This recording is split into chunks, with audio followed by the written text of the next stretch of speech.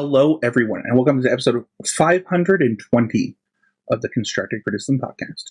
I'm joined by my co-hosts, a man who didn't get his camera to work, Mason Clark. Howdy.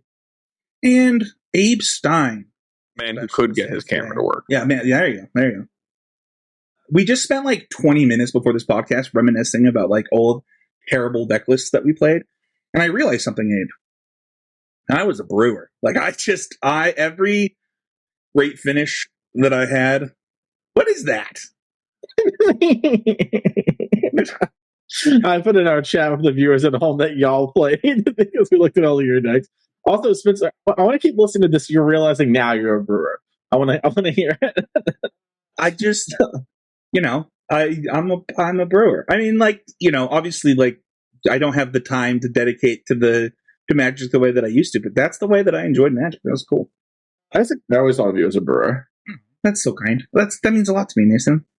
Look, we're not going to talk about brewing today. I mean, maybe a little bit. We're going to talk about understanding flex slots. This is an important part of your deck list when it comes to Magic, and it's a topic that I'm really excited about. Before we do that, though, we want to give a shout out to Susanna, who's come back and joined the Patreon again, and it's always cool to see returning people. And yeah, I just shout out to Susanna. Every week on the show we give a shout out to our newest patrons, and we've been having some of them join the last month or so, and it's cool to see that community grow. And it's really cool right now in the Discord to see both the standard and modern channels kind of popping off almost every day as people discuss both formats.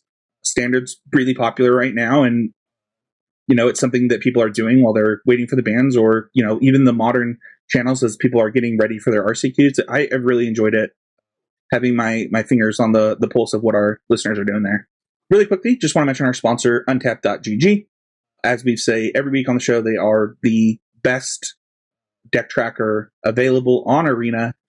You use the link in the show notes and to give us a kickback to create your account, and then check out their new limited features on their website. They've gotten into that 17 lands, data part, and drafting archetypes. Sam Black actually really helped them develop that. So check out his podcast, and he actually talks about what that process was like last week on the show. So, and then if you want a T-shirt, or I need to get a CCMTG drinking glass. You can head over to the swag store. We got tons of stuff over there. But let's dive into our training grounds. Training grounds are the type of episodes that we do where we are covering a topic that is, we hope to be a little bit more timeless. We hope that they are the type of topic that you listen to and you are able to really take what is there and apply it throughout time. So today is understanding flex slots, and this one has an interesting backstory as far as how we arrived at the topic. One of the things that I really wanted to cover was tech cards. And we had an interesting conversation during our meeting with the three of us about tech cards versus flex slots. And I am really excited for the conversation today because I think that there is not necessarily disagreements, but like not a complete shared understanding of the differences and the utility of both things. And so I'm really excited to talk about it. But let's get started with what is a tech card. So this is, the reason I find this interesting is because to me, the difference between a flex slot and a tech card is any card that is available, any slot that is available in your main deck that is not hard stock, like you have to have 4 of this, at least 3 of this or whatever. That's a flex slot. And that can be a wide variety of things. It can be the 4th of something. It can be an extra removal spell or whatever. Whereas a tech card is usually something for a specific matchup or that works for a specific goal or a synergy. And Abe, I'd love to hear from you. Like when I pitched the topic, what was your initial thought about like a tech card? Yeah, I mean, for me, and I think especially when we get into kind of, I don't want to say like a jargony episode like this, but like really demystifying the idea behind a lot of these words that you'll hear float around in like deck building or in tuning a deck.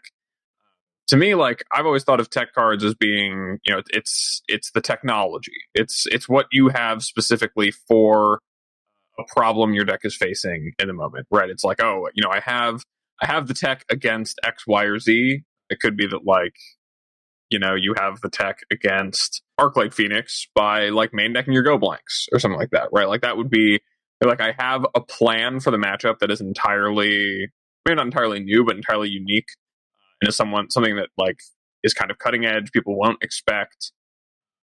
And these are cards that, because of that, deviate very far from the norm in order to accomplish this goal.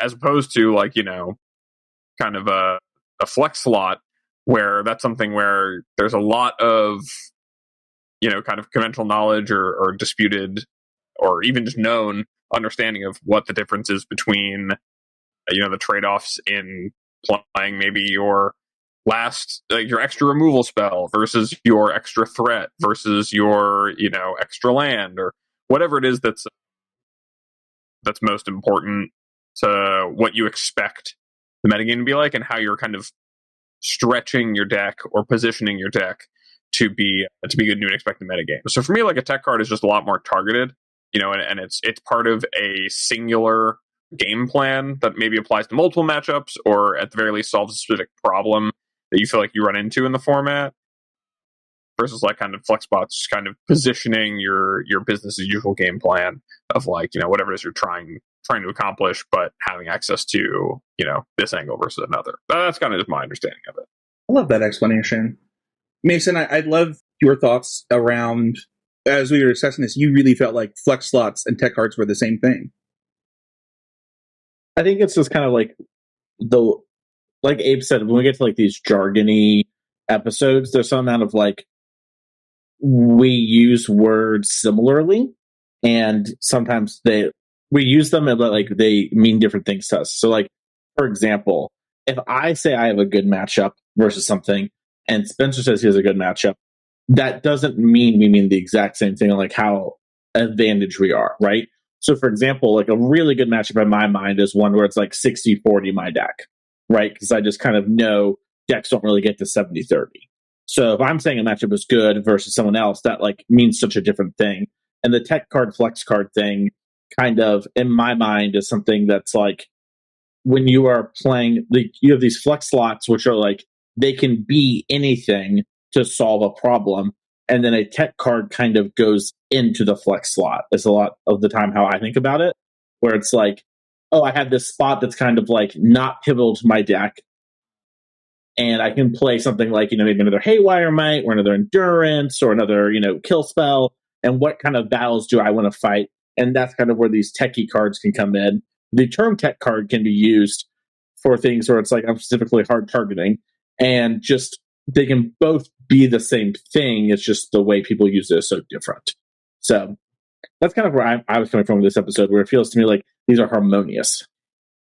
I like the word harmonious. That makes a lot of sense to me. I think that also the idea of tech cards has diminished a lot as people have gotten better and better at streamlining decks, right? Like, as understanding when I want the fourth of something that maybe isn't as stock, which I think is what I think a flex slot is like just cards that are not necessarily like stock in the list. People have just gotten so good at being like, okay, I need a fourth one of these at this time, or I need like a fifth of this effect. And just playing the best versions of all the stock things has become more and more common, and honestly, like, probably leads to higher win percentages for deck lists than they would typically have trying to like jam like a couple fun ups to like get you. Yeah, and I think also like that effect is very much a byproduct of, back when Magic was really lingo-y and these things were what everyone said about everything, or people showed up with like, oh yeah, I got the hot tech. So like there was not as much moto data around, there was not as much, iteration constantly happening, and publicly available iteration constantly happening. It was a lot harder to find that information. And I think over time, like, a lot more, and we've talked about it before on the show, like there's a lot more people just copy pasting deck lists from Magic Online or from, challenges or streams, and then playing those in their events. But I think that like really the value in understanding kind of how to discern, and understand your flex spots, or understand how you come up with, or how you even use a tech card, or incorporate, put these things to work, is really in the fact that when you look at the decks that do win online, especially in the bigger tournaments where people do a lot more preparation and are more willing to deviate, it's often the case that they do have some form of tech card, or they have positioned their deck right. They've built it in a way that was really smart for that weekend, given the information that they had. And I think that it's important to kind of demystify the jargon here, because it's something that, as you want to, or as you're trying to grow as a Magic player and build the best deck for the tournament you're about to play, your RCQ, your RC, etc., knowing how to do that, or even knowing how to have that conversation, or what it is you're looking at in your deck to get there, is really, really important, even though it's something that's fallen way out of the way that most competitive Magic winds up being played. Yeah, I think also understanding what your plans and goals are, right? So this weekend, Jerry, Niall, and myself are playing a team tournament. We're all playing Jeskai, and there's some small deviations in our Nadu list right now that we're trying to figure out where we want to be, and it's kind of in how we play the games, right? So one of the things being thrown around is maybe we want to play a second Haywire Mine in the main deck, so that in the mirrors you have extra things that can break up a Shuko, they can go after a bestowed Springheart, you play against the One Ring, you can answer that. Someone's playing Leyline Binding, that becomes less of an issue. All of those sort of things, versus having another mana dork, right? And being do I want to be a fast deck, or do I want to be a bit more interactive, or do I want to have my interaction maybe be a Vexing Bauble in my main deck, And those sort of conversations and figuring things out, I think, is where a lot of the nuance gets lost, because I think, to sort of what you were saying about the culture, it is a lot of take deck, maybe make one small change because I don't own a card, or my my locals doesn't have a lot of Tron players, so I'm not going to play the third Blood Moon or whatever, and they kind of go about it from there. They don't spend a lot of time really thinking about how they want the games to play. And I think that is sort of what the flex slot opens you to the tech cards of okay, in my deck, if you're playing Nadu, there are some cards you just have to play, and then it's everything else is sort of to an extent enabling it. And so there are some cards that feel pretty hard locked, Delighted Halfling, I would argue, is one of those. And then from there, you then have the rest of the slots, which become tech card slots, And I think one of the great things about this deck is that it has a lot of those. And so you get to build your games and customize how you want to play it, thanks to that sort of flexibility, which opens up a lot of doors. If you think about it from an example, one small change has huge cascading effects. If us three are playing poker, and my poker deck doesn't have a 2 of clubs, but has a 6 of hearts, an extra one, that has huge ramifications on how you play poker, right? Same thing here with these games. So even these small changes can have massive implications, and you need to know sort of what you're doing. And a lot of people just don't put that work in. And, to the Pro Tour point and the challenges point, when the metagames are forced to be sort of at their best and people are putting a lot of work in, you can get a lot more mileage out of these tech cards, and those players are the people putting work in as well, per the beginning point of all this. So I think it's a really interesting, there's a lot of mileage to be gotten from in the flex slots of your deck, and just figuring out sort of how you want to play the games, and what cards you want to have in your main deck to enable that, and also sort of what sideboard cards you want to have in your main deck that you maybe have room for. So it's a very interesting concept. Do you guys have things that you do to determine how many of these slots you actually have? Because I think for me, I sometimes have a weakness of shaving something that probably shouldn't be shaved, to try and get a variance of effects into my deck that maybe aren't as good as just having the highest in card quality. I would say the first thing I look at, and often when I'm looking at decks, is what are the cards that matter, and sort of from there seeing about how often do things come up. So for example, I might if you look at Boros Energy in Modern, I might think to myself what are my 3 best cards in this matchup, and go through all the matchups, right? And then that might lead to a spot where it's kind of oh, this card isn't super necessary, where sometimes you can just look and tell, right? You're I have 10 spot removal spells, one of these is probably flexible, and it's probably not the one that synergizes with the rest of my deck. You know what I mean? And for me, when it comes to these sort of spots, and figuring it out. That's kind of how I go about it. And it's really also like, sometimes it is, I think, good to have that flexibility in your like types of answers, right? So like having one Terra Sunder, for example, in standard might be better than having like your 6, shot the sheriff variant. But it really matters kind of on the context and what's going on and what is your deck weak to and what is everyone else doing. And I think you need to have a reason to deviate. I think all this comes down to like reasoning at the end of the day and having game plans. And if you don't have that, then this is all for naught. Yeah, I definitely, like, just to piggyback on that, I think that part of the reason that this is not something that's part of the conversation as much as it used to be is that I think that in an era of, flexibility in Magic Online being a lot easier to attain through like rental services, or even just, more people who are really entrenched and competitive having access to more cards, or playing in a way that's less involved in the actual construction of the deck. Like, for this to even be something you're thinking about really putting to use, it starts for me with, you have to understand the deck you're playing, right? You have to understand what the most important cards are. You have to understand why you're choosing to play the deck that you're playing in the metagame, so you can identify what the things that are most important about your deck are. You have to really be able to critically evaluate your deck and the cards in it and what makes it a strong choice or an appealing choice before you start to get into, what is it that I can change? Because, like, for me, for example, I spent a lot of time building and rebuilding Hammer in Modern just a couple of years ago, and it was my first time really being a solo operating, like, one trick in a format like Modern before. And through that experience and through playing through that lens, I really learned, a lot about like how this all works and matters. And, one of the things that I did, I think pretty early on before most, was just cutting all of my Mem Knights, because I was like, these Mem Knights are flex spots. I will just need to find more things that are cheap artifacts or are, plays the board, or more mana sources for my Springleaf drums to subsidize those.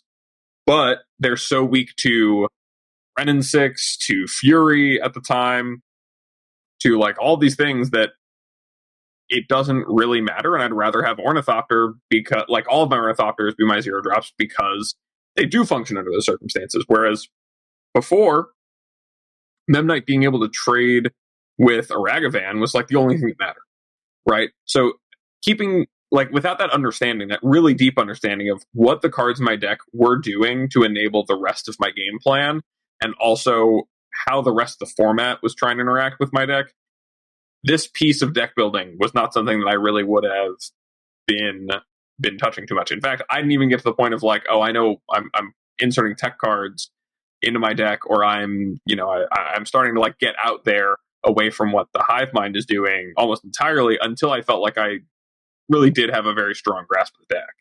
And I think that that's kind of key to the success with this, is that really the ability to do this well comes from a foundation of an understanding of like what makes your deck good in the first place. So, Spencer, like you said, that you feel like you sometimes have a problem with feeling like maybe you touched a card you shouldn't have. And I don't know if it's and you said, even talking about this, like, right, everything except for maybe your most important cards you consider to be like the flex spots, right? Everything beyond probably like your plan A is really your flex cards, but maybe like it's worth considering beyond that for you, like just as something to think about, is like, are the plan B cards, right? Are the cards that are enabling me to have this other angle attack, or are some cards so generically good that I just shouldn't cut them? And these are all questions you have to ask yourself, but it all comes from an understanding of the format, in my mind. I think that also, like, when people do their best work in deck building, it is usually because they have a clear understanding of what the format is about, what their deck is trying to do, and what decks are popular and how to attack them. And when you have those things, you can easily determine, okay, like, this card serves a purpose. Maybe the card does serve a purpose in your main game plan, but you don't need that many cards serving that purpose. And you would rather a card, serve another purpose. It's just kind of something to think about. Kind of want to use, Mason, you actually already covered this a little bit, but I want to move on to utilizing flex slots. And I just think that it really boils down to finding cards that make an impact And that is like, it is an impact for a given event, for a given weekend, for a given, whatever it is that your goal is, right? That is the impact that you're trying to make. It's not, I think often we as a community get too cute where we're like, we're trying to get really spicy. And I think about the SCG in Vegas recently where I played Collision Colossus, one of the main, one on the side. And everyone who saw it was like, oh, yeah, I was not expecting that. And the reason that I played the card was because of a Ledger Shredder. And, just I needed something that could kill a very large Ledger Shredder, but also that served the deck's main game plan. And when I think about utilizing a tech slot, that's the kind of purpose a card needs to serve. It's like, what's the problem I'm trying to solve? And is there a way around the problem other than just ignoring it? And can it still feed my main game plan? Can it still execute on what I'm trying to do? Yeah, I think that there's just a matter of like keeping your cohesion in your deck, but also, like you said, it's about addressing the problem in front of you. And I think that, it's kind of, people talk about, metagaming is really important, and it's about deck selection, but it's also about deck building, right? When you understand what the metagame you're playing in, it's about knowing, what are the problem cards for you in that metagame, and how are you hedging towards or against, trying to solve those problems. And like to your Collision Clocks example, if that card, right, you could have put a bunch of Pick Your Poisons in your main deck, but that would have been much worse, right? Because even though it's a more versatile card and maybe even more widely played because it had more utility in Pioneer at the time, it doesn't, all the games where you don't need a card like that, it's not a card you ever want to draw, right? Collision Colossus gets to be something that is, right, a lot of your opponents noticed it and were like, oh, right, that's a real good sign that it's tech, right? That's something like it's off people's radar because it's a new solution to an existing problem. It's not something people might be prepared for, and it has an inventive solution to the problem you're facing. And you can't arrive at that if you're not really in tune with what your deck's trying to do and exploring all those options. Let's talk about what to do with this episode, because I think that one of the things that's important that we've talked about as a group is making sure that there's key takeaways when we do these dial-up episodes. And what I got from this episode is one of the most important things that you can do to become good at this is to put in the work to understand a format, to really dive into what your deck's trying to do, what your opponent's, what the metagame looks like, so that you can make educated decisions. So you're not just, spraying and praying when it comes to your slots. Gabe, what about you? Yeah, I mean, I think that it's really important if you're looking to level up in this area and understand, how to start finding ways to gain an edge. Like for me, a part of the reason that this really picked up in terms of something I became interested in or something I started doing more was during, like back on the SCG tour, you had a good picture of the metagame week to week. You knew kind of what mattered. And when I was most in tune with things, I was reading dozens of deck lists a day, and I was looking at just all sorts of published finishes and looking for these kinds of tech cards and these solutions people were employing to the problems of the format, and then trying to think how I could incorporate them into my own deck, or however that worked out in the format I was playing. I think that the number one way to get to this level, especially when it's something that's important to you, is to just really start from thinking through logically why it is you're choosing the deck that you're choosing from like a competitive standpoint, and why it is you're choosing to play each of the cards you're playing. What is the purpose that they all serve in your deck? And then, make sure that's all cohesive, because that is ultimately how you find out what those flex spots are in your deck, the ones that aren't necessarily as important as others. And, do a little bit of the research and do a little bit of the work to understand what the options you have in front of you that are reasonable are. A lot of the work gets done for you already because there's all this data out there and all these deck lists out there of people playing likely the same archetype as you. take the time to figure out what it is you're looking at and how it is that works.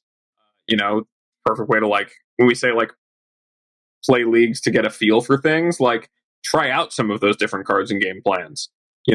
Understand the breadth of what your deck is capable of, or what an archetype is capable of, and it really helps you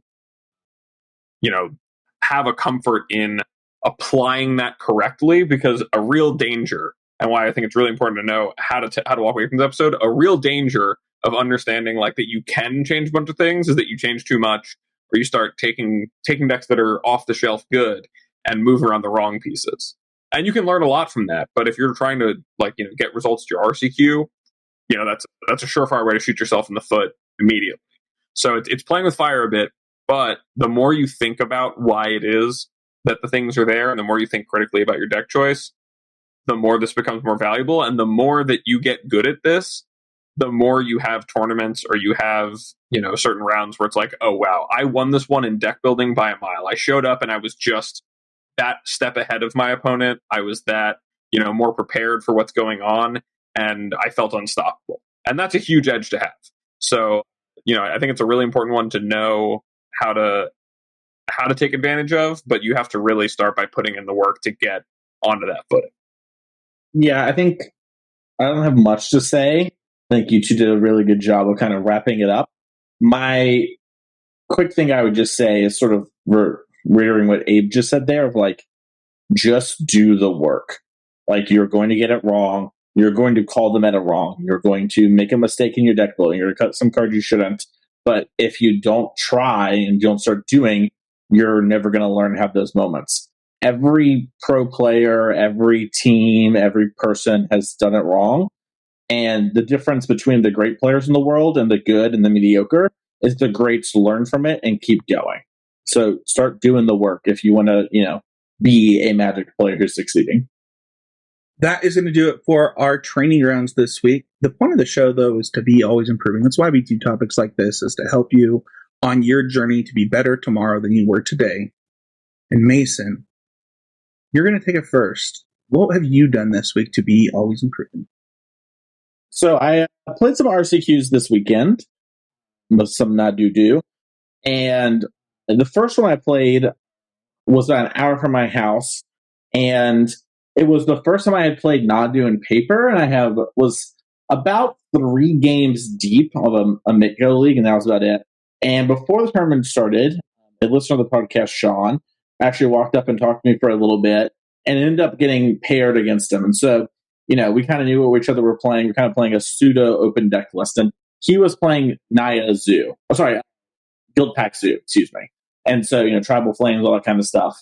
And, I win game 1. And game 2, I'm, like, going off on, like, turn 4. And I have this Sylvan Safekeeper, and he has, like, 2 mana up. And at the time, I thought it was, because he kept pausing, that he had, like, Bolt and a Leyline, maybe. And he was trying to figure out, like, all right, can I, like, get, like, a Bolt or something, and then Leyline the Shuko, and, like, maybe stop this or whatever, And what it turns out was he had Rakdos Charm.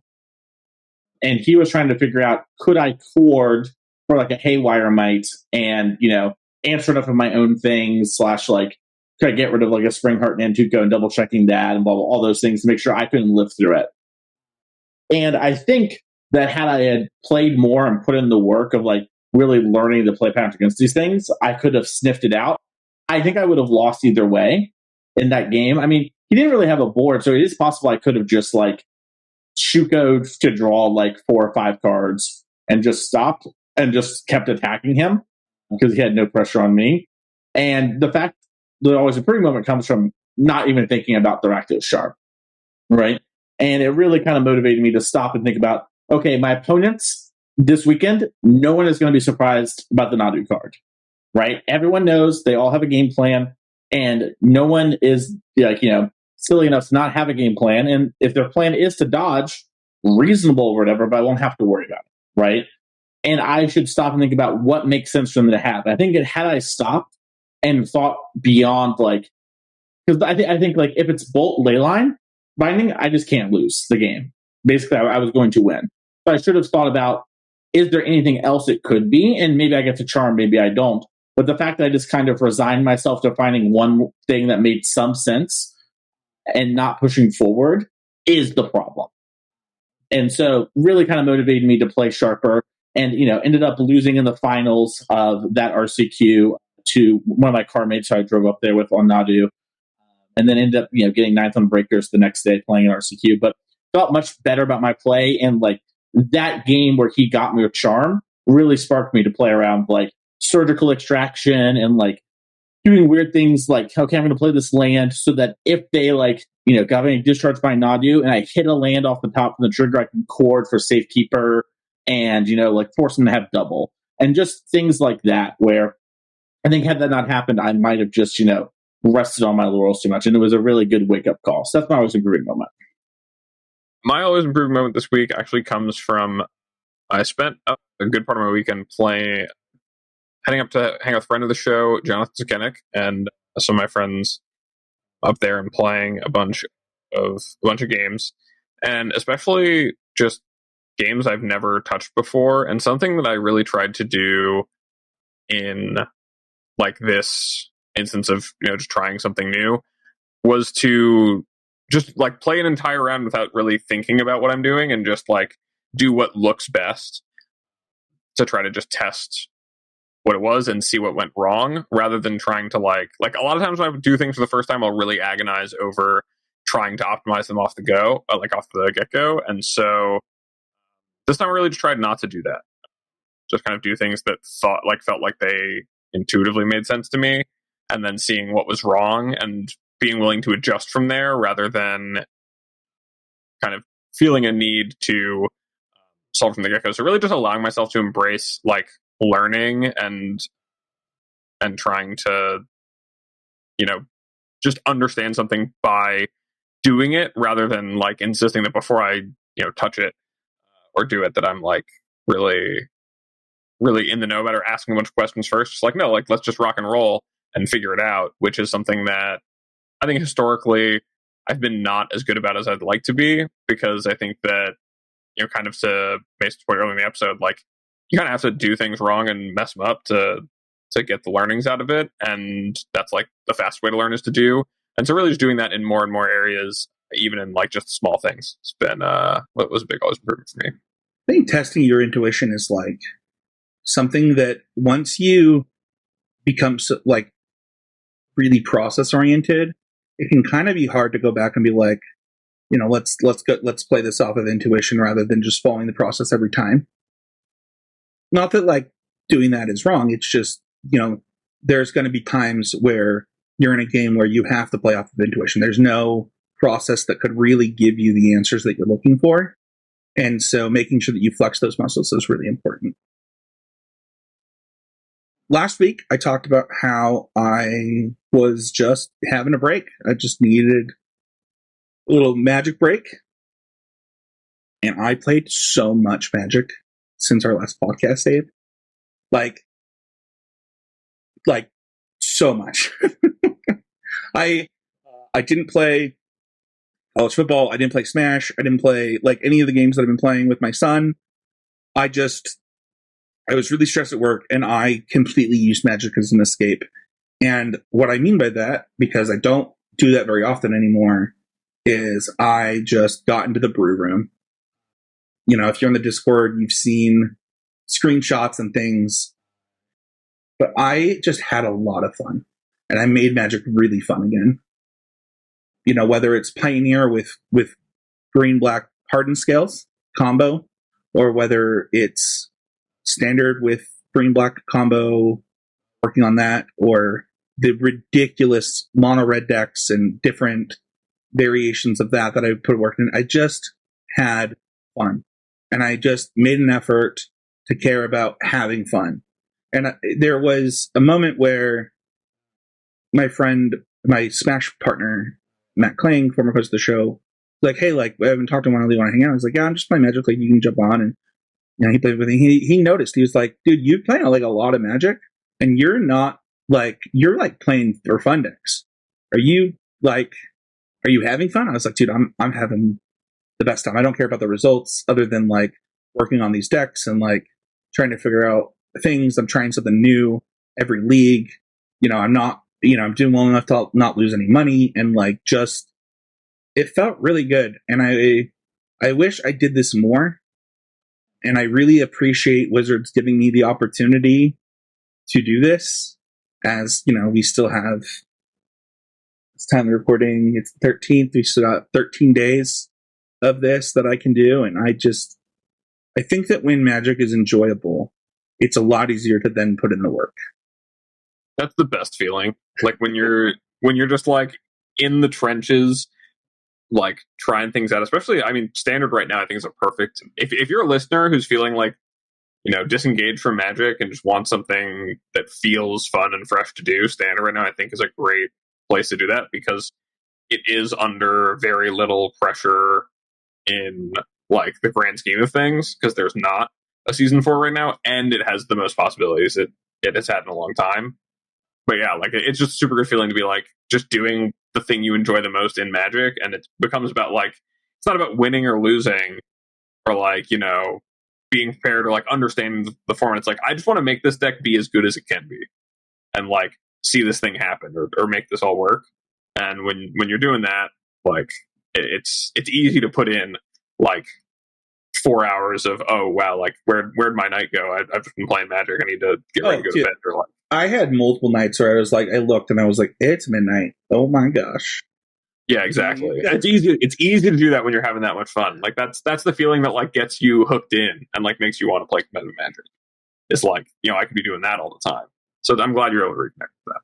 Well, let's go to our Patreon question. Every week on the show, we invite patrons to ask a question. You can be a patron of $5 or more, join the Discord, and get a link to these questions. Adrian asks, in my local Star Wars Unlimited is catching fire. Flesh and Blood is hot too. And I want to join, but I don't know how to make time to be good at Magic and various formats and a new game too. Any advice? Well, let me tell you about a game called Smash Bros. Ultimate. I think, Adrian, that this question depends on your goals. Like, how good do you want to be at Magic? How good do you want to be at Star Wars Unlimited? The number of people who know my love for Star Wars that have messaged me about Star Wars Unlimited, it's very high. Like, and I didn't play One Piece when all my friends were playing One Piece. I didn't play Flesh and Blood. Like I play Pokemon with Maxwell when he wants to play Pokemon. That's the card games I play. And it's about those RPG points. Like where do you want to put your buckets into, and how high level or high skilled do you want to be in those different buckets? And also, it's okay if one of these games, like you pick up Star Wars Unlimited, and that game's just for fun. Like it's not a game that you're going to try to go to Worlds for. And maybe you start to enjoy it, and maybe it becomes that. But like, I think that, as competitive Magic players, too often we make ourselves do everything competitively. And, one of the things that I saw that was kind of caught fire this last month on social media was people getting sick of College Football 25. They're like, the online is like, I'm just sick of playing against these same strategies every time, blah, blah, blah. It's like, yeah, but like, what if you just tried to enjoy the game? Like, what if you weren't trying to be the best College Football 25 player online in the world? You were just enjoying the game. So that's my advice. Yeah, I think like what Spencer's saying is right. I think, let me rephrase this question to you, Adrian. I think it'll make a lot of sense. Hey guys, I've been really wanting to watch the Umbrella Academy, but like I want to be good at Magic too. How do I balance my time? It's like the same thing, right? Like it is when you watch the Umbrella Academy or Jujutsu Kaisen, whatever. That is technically taking away time that you could be playing Magic and improving your craft and doing all that kind of stuff. But also, all work and no play, is not going to help you either. So having some time to just decompress and like, yes, the Star Wars Unlimited is like a deep game. Flesh and Blood is a deep game. But if you just want to have like, a tier 2 deck that you play kind of well, that like every other week you hang out with your homies, go to locals, 2-2, get some dinner and go home, sounds like a good time, and there's nothing wrong with that. And so, like Spencer said, what are your goals? What do you want to do? And it doesn't have to be the most competitive thing ever. Everything that's competing with your time and improving at Magic. This one's just more transparent because it's another, rectangle game. rectangle game is a new term that I'm going to keep. That's a great one. Yeah, I mean, I reiterate what you two just said, but also like and I think I made this clear on the lateral thinking episodes also, like I am not someone who really believes that playing games, other trading card games, or, you know, even doing something that still works your mind in different ways, but is not playing Magic, cannot help you achieve the results you want in Magic, especially another rectangle game. Like, if you wind up taking 6 months to try to become the best Star Wars or, you know, the best Flesh and Blood player that you can, and then come back and say, you know, well, what did I learn from doing that? And what will I do differently in Magic now? Like, you got a wonderful outside perspective on, like, how to do things in a completely different and fresh start and perspective. And now you get the gift of getting to put that into practice and what it is you want to achieve it. Like, if you look at it in a long horizon, you have a lot of opportunities to learn a lot of things and do a lot of things, even if it doesn't feel like it's necessarily pushing the ball forward for you now.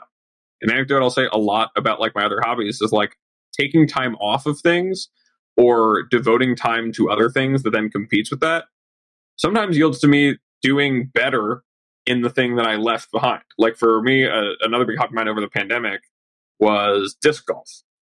And, like, I put a lot of time in, like, watching videos on how to, like, have good form and, like, throwing effectively and putting effectively and all this stuff.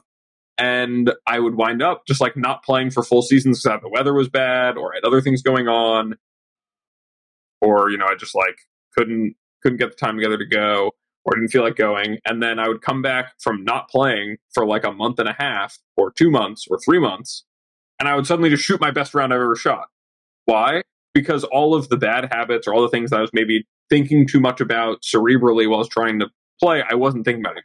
I was just focusing on the basics and coming back to it, and playing with a fresh mind like that gave me a new opportunity to put my best foot forward. I think in the same vein, like, I've had the same experience playing other TCGs in the past, like with Forcible TCG, which I don't even know if it exists anymore, but that was one where I played that one, like, a lot. And by a lot, I mean I played like 5 events and did very well in all of them. But those 5 events were really an opportunity to take everything I'd learned from all of my time playing Magic, apply it in another arena, and then come back and say, you know, what did I really gain from that or learn from that? I don't know. I think you shouldn't necessarily think about it as them being in direct competition with each other in that way. Not only because, like, to Mason and Spencer's point, it doesn't have to be, but also because, to my own point, it can be in line with your goals as long as you're willing to, right? That's the point of always improving, right? If you're always trying to engage with things through the lens of, how can I be better at this? How can I learn from this? How can I grow from this? It will inevitably trickle. Well, I shouldn't say trickle down. Like, the rising tide of that will lift all of your ships. That is going to do it for our Patreon question. If you want to ask one, head over to patreon.com/ccmtg, become a patron of $5 or more. Do you enjoy the conversation in the Patreon Discord there, as well as the public Discord? We got fantasy football starting up. We got Adrian is actually in that league with some other patrons. Excited to kind of crush Adrian, and he's talking the schmack already to me. So, and then you can head over to the YouTube comments. I made a comment that we didn't get any YouTube comments for like 2 weeks, and then instantly you guys all left comments, and I really appreciated it, as well as just seeing just the love that people had for last week's Modern Check-In. Despite the format being dead, people really felt like they got a lot out of it, and, you know, it makes me glad we did it. I think it was something that we didn't know if we really wanted to do, and hearing that it helped people was really, really helpful for us as we like plan episodes like that. Yeah, I visited a store that had their biggest RCQ since the pandemic. Well, I mean, PBDQs equivalent. And one of the owners was saying that he thinks it was the biggest one they've ever had, but he wasn't sure. So people are out there playing, and yeah, it's fun still. Sometimes the not do stuff's insufferable, but whatever. There's always something that's frustrating. And then you can also follow us on the Twitter at CCMPG, where Mason made a tweet about the show today, and my phone blew up during a meeting. So thank you, Mason. Anytime. You can also like, comment, subscribe, It is the best way to help the show. But where can people find you, Abe? People can find me over at twitter.com/morenothings. I have probably just about one slot available for coaching, if anyone's interested, really between now and the RC. So if you're interested in being that person who's getting my help through from now through the RC, feel free to reach out via DM on Twitter or send me an email over at morenothings@gmail.com. You can find me on Twitter at Mason E. Clark. You can find me at twitch.tv/the Mason Clark. You can find me at TCG Player. Write articles. I'm going to be writing one about Pioneer and all of the DNR formats on the 26th, and that comes up, so that's going to be pretty fun. I'm actually going to be gone from the podcast next week for my anniversary stuff, and I won't be doing anything content related. But when I get back, I am opening up coaching again. I've had some availabilities happen as some people haven't qualified for the next RC, and we're heading into the holidays. So if you're wanting to get that, you want to reach out to me via Twitter ahead of time. I'm going to be making a big public post, but maybe I'll fill up before then. Once again, it's masoneClark@gmail.com with coaching in the description if you want to reach out that way, or my Twitter, masoneClark@twitter.com. Spencer, how can people find you? You can follow me at Heezy Game on Twitter. You can follow me at Spencer13Heezy on TikTok. You can also find me every week on the Nietzsche Nerd podcast. This week we are doing we did a podcast that will probably go up around the same time as this one on Deadpool and Wolverine, as we went and saw that in theaters. And yeah, it was a fun review. And yeah, that is where you can find me. Thank you everybody so much for listening. We'll see y'all next week with a brand new episode of Constructed Criticism.